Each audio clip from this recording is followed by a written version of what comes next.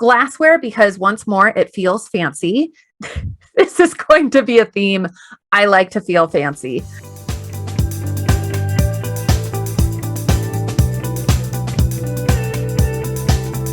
Welcome to the Beer Feelings podcast, where together we are going to indulge in life and craft beer. My name is Natalie Jones. I am your host. I am your beer guide. And maybe most importantly, I am the gal pal that you never knew you needed. Now, this show is really all about demystifying the craft beer industry in a fun and flirty way for beer beginners or beer lovers who are just hungry to learn more.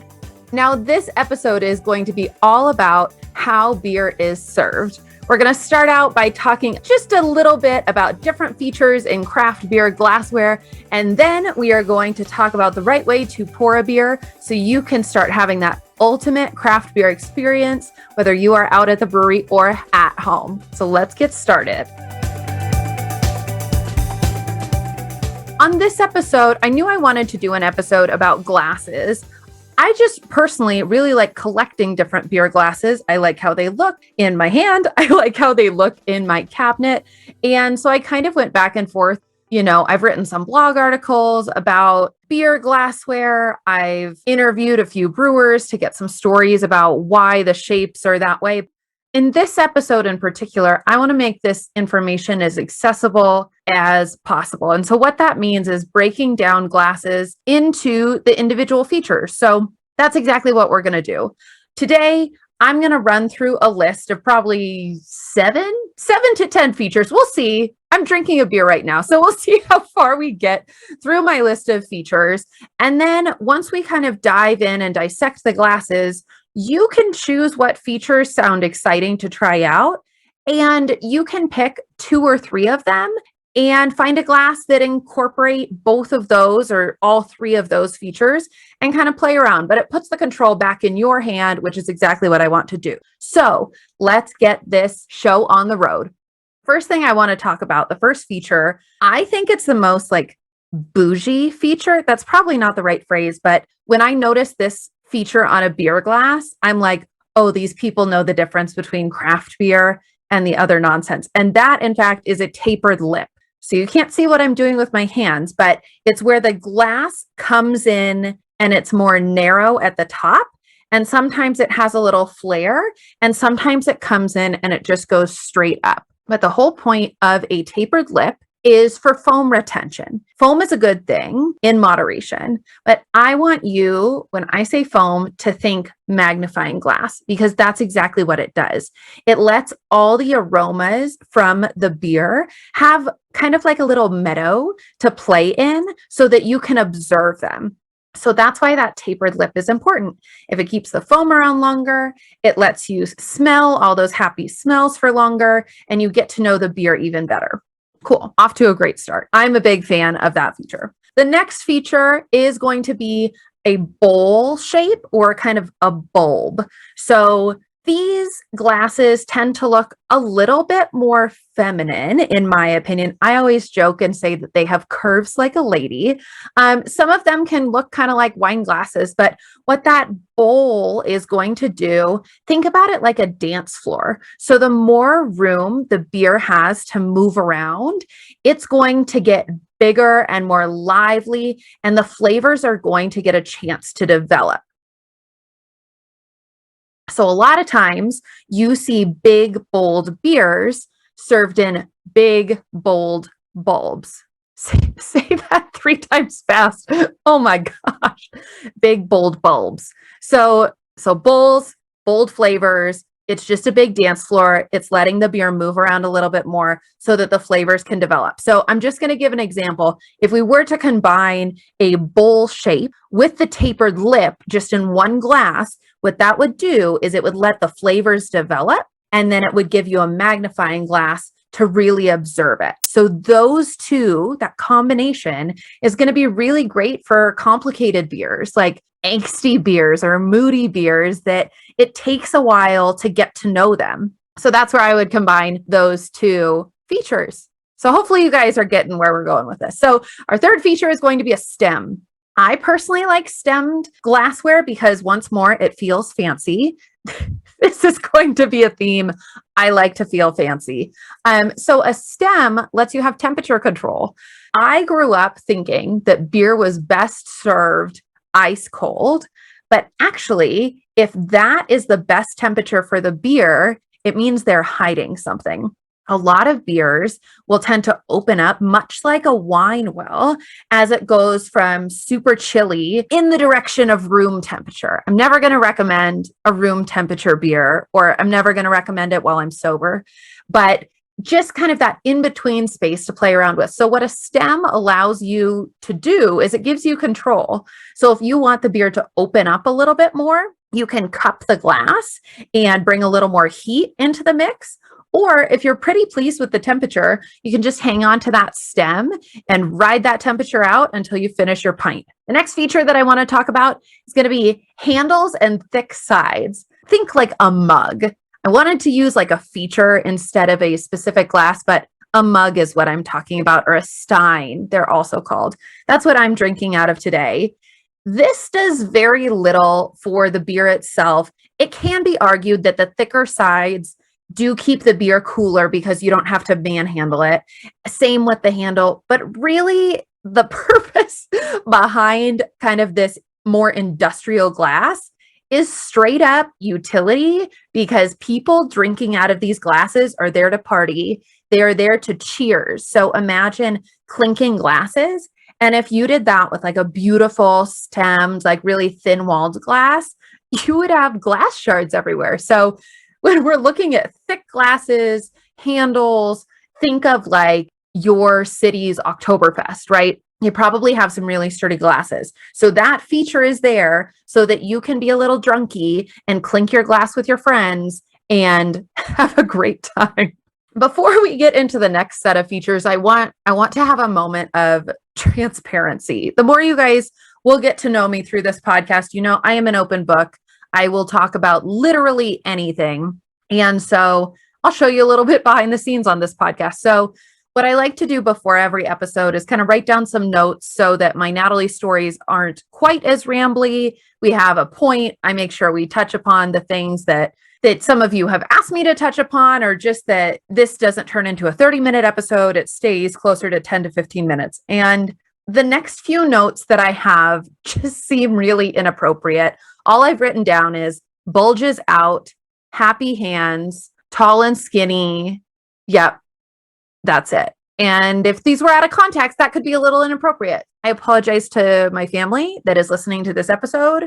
Please think of those words as innocent terms, because I'm just talking about glasses. So, okay, let's dive in. Let's talk about the bulge. Let's talk about the bulge and the happy hand. So once again, I'm going to invite you guys to close your eyes unless you're driving, then in which case, please do not close your eyes. But you've seen them. They're called no-nick glasses, but they kind of have straight sides up and then a bulge in the top third, and they taper in. So that's what I'm talking about with the bulge. The reason for that, number one, it's higher up in the glass so that it's easier for a bar or a brewery to stack them. So just number one, helps the brewery. When a brewery is happy, we are happy.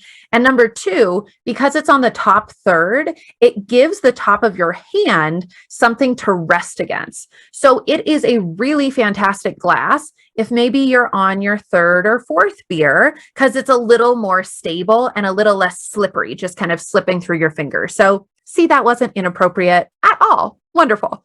All right, the next feature I want to talk about is also pretty cosmetic. It is the tall and skinny glass. So sometimes these tall and skinny glasses will have like a V shape to them. Sometimes they're just more straight up and down.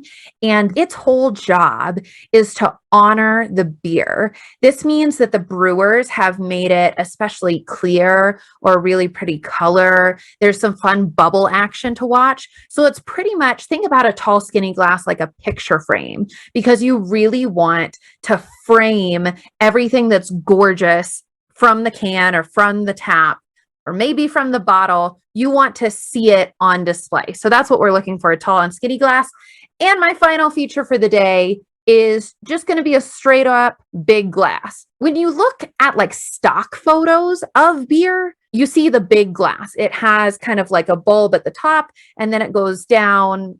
That was like the worst description ever, fam. But you know what I'm talking about. If you go to a brewery and your friend orders a Hefeweizen and you order a sour and it looks like they got 3 times the amount of beer that you did, that's what I mean when I'm saying big glass. Now, this glass is here for certain types of beers to give them more room. So think about it like if you go to Starbucks and you like to add extra milk or you like to add extra water there, you ask for like a venti cup with room. That's the same thing with the big glass. They want to leave enough room at the top so the beer can foam the right way that it was intended to foam, and you still get the appropriate number of ounces of beer, if that makes sense. So the big one here is going to be a Hefeweizen. I know we have not really talked about styles yet, but just trust me, if you order a Hefeweizen anywhere, you'll see the big glass. You're going to know what I'm talking about. All right, so just to do a quick recap, the features that we touched on today, and once more, there are a lot of different features out there in beer glasses, but we're making this fun and flirty, and we're starting with the basics. So maybe we'll do like an advanced class here in a couple of episodes. But we talked about the tapered lip, the bulb, a stem, handles and thick sides, so that's sturdy glass, the very appropriate bulge, a glass that is tall and skinny, and then for lack of a better term, just the straight up big glass. So what I'd invite you guys to do the next time you're at a brewery, just observe all of the glasses around you. Are there different glasses for different types of beers? If there are, use this little guide and maybe refer back to this episode and see if you can notice if your foam sticks around a little bit longer, or if you can appreciate the bubbles a little bit more, or if you have one of those thick steins, clink away and see how hard you can cheers with your friends. But I just want you guys, your assignment is be a little more observant. And if you're feeling brave, maybe after that first beer, feel free to ask your beer tender, hey, why is this particular beer in this particular glass? The other thing that you can try out is if you have a few different shapes at home, like I have a big cabinet full of these glasses, you can buy a 6-pack of beer at your liquor store and in the same night, close to each other, because I promise you will forget, try drinking the same beer in a tall and skinny glass, the sturdy glass with clinks, and then maybe something that has curves like a lady with the bulb and the tapered lip. And see if you can tell a difference. See if the temperature changes. See if it smells different. But this is how we start to explore. And man, what a fun homework assignment that is. So, all right. If you're wanting to try a new type of glass at your house, head on over to the Beer Feelings store at beerfeelings.com. It's called a Teku, which is Teku, and it's a super sexy flirty glass. And basically the features that it has are a taper, it has a stem, and it has a bowl. So if you need some more materials to play around with, we can help you. Beerfeelings.com, grab your Teku pint glass. All right, so we talked a little bit about the glass itself. Now let's move on and let's talk about how do we transport the beer to the glass itself. So I have a few steps that I want you guys to follow. The first thing that I would like you to do, or rather that I would like you to never, ever, ever do again, stop freezing your glasses. It is doing the beer a total disservice. Number one, we already talked a little bit about ice cold beer. If that's the best it is, then like, honestly, you've wasted your money. I'm really sorry. Well, I'm not sorry, but you've wasted your money because beer should have a personality and it should warm up with you in the same way that you warm up with a new group of friends. It should, oh yeah, this is a big pet peeve of mine. So if you freeze your glass, it is going to make your beer a little bit too cold. You're not going to be able to appreciate it as much as you can. The other thing that's going to happen as the glass warms up, it's going to start to accumulate condensation, which will drip into the glass. So you're basically just watering down your own product. And that's just a silly thing to do. And we can totally avoid it. So step one, stop freezing your glasses. All right, now on to the things that you can do. Step two, I guess we're on step two, maybe step 1A, rinse your glass out. You would be amazed how dirty this world is. And even if it just has, if the inside of your glass has a little bit of like detergent, it's going to affect how your beer bubbles. So just head over to the sink, quick rinse, swish, swish, dump it out. Step 3, we're just going to commit. This is step 3. Tip your glass at a 45-degree angle. And then as you start to pour, I want you to aim for the halfway spot down the side. That is our goal. It doesn't have to be totally horizontal, just a 45-degree angle. Aim at the halfway spot. Then when the beer is at about the halfway mark, start to stand it up so it's fully upright and let the foam happen. I think, is this the third time I've said it? Foam is a good thing. A little bit of foam is your magnifying glass and your journey to Flavor Town. Like it's just, you guys haven't been drinking a little bit of foam in your beer. That's the biggest tip I'm going to give you. So let the foam happen as your beer stands up. Your goal is about 1 to 2 fingers. Now, this is an acquired skill. Acquired, is that the right word? Now, this is a skill that you will get better and better and better at the more that you practice. So more assignments, drink more beer at your house. If you notice that you're not getting enough foam, stand your beer up later.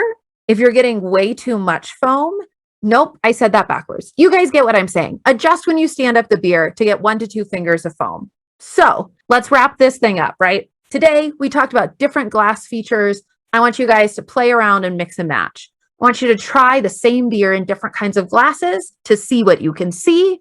I want you to notice what your brewer is serving your beers in. And if you feel comfortable, ask them why the heck they're doing that. And then finally, when you are at home, I want you to use these steps to accomplish the perfect pour. So that's it for today, guys. If you want to keep this boozy journey going with me and try tasting beer in a whole new way, I want you guys to head to beerfeelings.com to download our free beer tasting guide. It's fun. It's flirty. Honestly, it kind of reminds me of one of those American Girl quiz books. I am now dating myself, but that's okay. But it's going to get you thinking about the flavors inside beer in a way that you have never done so before. But that is it for me tonight, my friends. I will catch you in our next episode. Cheers.